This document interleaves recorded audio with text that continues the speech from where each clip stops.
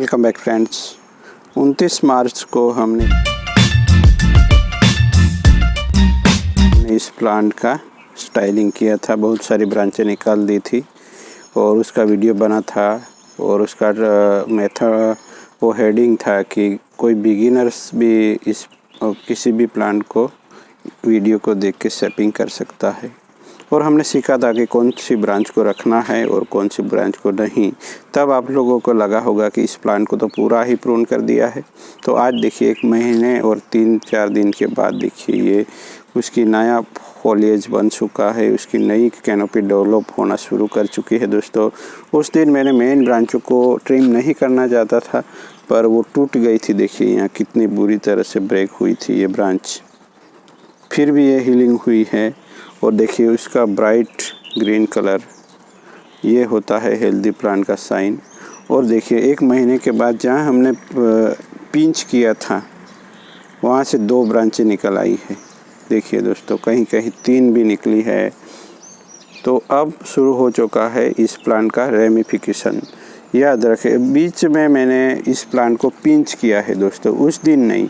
उस दिन मैंने किसी भी ब्रांच को मैंने पूर्ण ट्रिमिंग या पिंचिंग नहीं किया था। बीच में जब ग्रोथ शुरू हुआ इस प्लांट का 2-3 इंटरनोट के बाद मैंने पिंच कर दिया था। तो यहाँ देखिए 2, यहाँ भी 2-3 बर्ड्स आ गए हैं। तब जब मैंने पिंच किया था मैंने डिफोलिएशन नहीं किया था और करना भी नहीं चाहिए। हम जब रिपोर्टिंग के बाद नया ग्रोथ आता है तो तब हम पिंचिंग कर सकते हैं, डिफोलिएशन नहीं। और अब जाके आज में जो पुराने पत्ते हैं वो निकल रहा हूँ। देखिए ये जो पुराने पत्ते हैं जहाँ से नए शूट्स ग्रो हो चुके हैं वो पत्ते अब हम निकाल सकते हैं, जिससे अब पूरा ग्रोथ नई ब्रांचों में होगा। तो पिंचिंग के बाद नया ग्रोथ हुआ है और उसके जो बेस में जो लीफ है वो मैं हटा रहा हूँ दोस्तों। केवल वही लीफ हटाना, यहाँ कोई बड्स नहीं ग्रो हुआ तो वो नहीं हटाऊंगा मैं। यहाँ ग्रो हो चुका है वो हटा रहा हूँ। और उसी पूरा जो वीडियो अपलोड किया था महीना पहले, उसमें किसी का कमेंट था कि आप डायरेक्शनल ट्रिमिंग सिखाइए। तो उस वक्त मैंने ट्रिमिंग तो किया नहीं था, चॉपिंग किया था केवल। और डायरेक्शन प्रूनिंग क्या कहते हैं, डायरेक्शनल प्रूनिंग, उसके बारे में चर्चा करते हैं दोस्तों।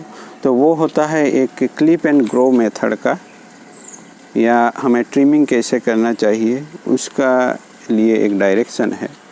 तो क्या इसमें क्या होता है कि हमें अगर ये ब्रांच यहाँ से निकल रही है तो अब ये ब्रांच लेफ़्ट से निकल रही है, तो हमें अब यहाँ राइट में ब्रांच चाहिए। तो हमें ये ब्रांच हटा दे के यहाँ से प्रूनिंग करना चाहिए, जिससे ये राइट में ब्रांच निकले। अगर लेफ़्ट में चाहिए हमें ब्रांच तो लेफ़्ट साइड का जो इंटरनोट है वहाँ ऊपर से हमें ट्रिमिंग करना होता है।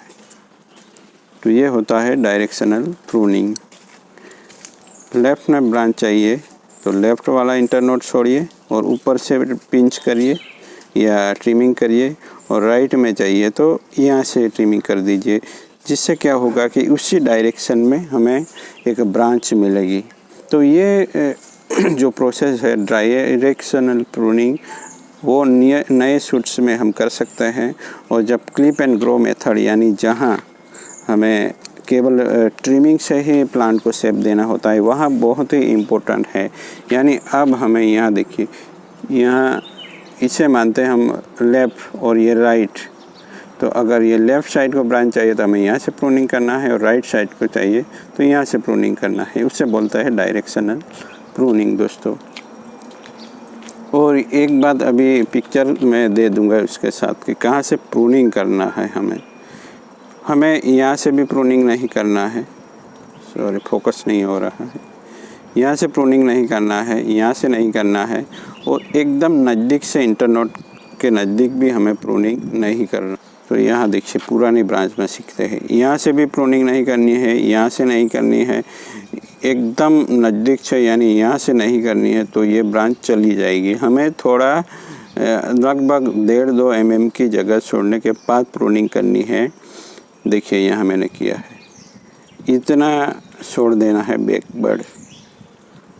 देखिए ये बैक में इतना मैंने छोड़ा था पिछली बार, क्योंकि यहाँ होता है डाईबैक दोस्तों। फाइकस में डाईबैक देखा जा सकता है। थोड़ा सा ये थोड़ा ज़्यादा छूट गया है, बट ये 1-2 mm की ज़्यादा स्टेम थोड़ी रहने देनी है जब हम ट्रिमिंग करते हैं। तो ट्रिमिंग कहाँ करेंगे, थोड़ा 1-2 mm छोड़ के, दूर से भी नहीं करनी, नहीं तो यहाँ तक ये सूख जाएगा। तो उसे बोलते हैं डायरेक्शनल प्रूनिंग। ये धीरे धीरे करके आ जाता है दोस्तों ये सब। तो आज हमने सीखा कि पहली बार अगर आपने पिंच किया है तो पिंच करने के बाद डिफोलेशन नहीं किया था, तो नए शूट्स ग्रो होने के बाद हम उसको पुराने लिप हटा सकते हैं दोस्तों।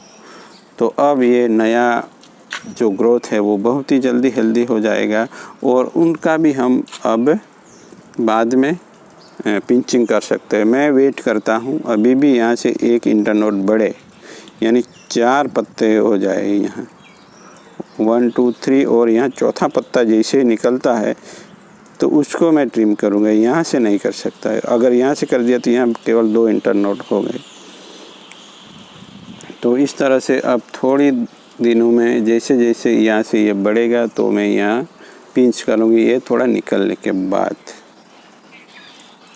तो इसी तरह से यहाँ 1 ब्रांच थी तो ये 2 हो गई, और यहाँ अब दूसरी ब्रांच निकलेगी तो 2 की 4 हो जाएगी। तो इसी तरह से एक रेमिफिकेशन यानी एक कैनोपी डिजाइन होगी। अगर वो खुली खुली बनती है, कॉम्पैक्ट नहीं बनती है, तो हम फिर बैक बडिंग भी कर सकते हैं, यानी फिर से प्लांट को नए सिरे से कुछ मैच्योर ब्रांचों को रख के प्रूनिंग कर देना होता है। और स्प्रिंग में देखिए दोस्तों, यहाँ बहुत ही जल्दी वायर बाइट्स होता है। कुछ दिनों में मुझे ये हटाने पड़ेंगे, आज भी हटा दे तो भी चलता है। तो जब हम स्प्रिंग में जब रिपोर्टिंग के वक्त वायरिंग करते हैं तो बहुत जल्दी निकालना होता है, क्योंकि बहुत जल्दी ये मार्क आने लगते हैं, वायर मार्क। तो चलिए दोस्तों, मिलते हैं एक नए टॉपिक के साथ, तब तक के लिए नमस्कार।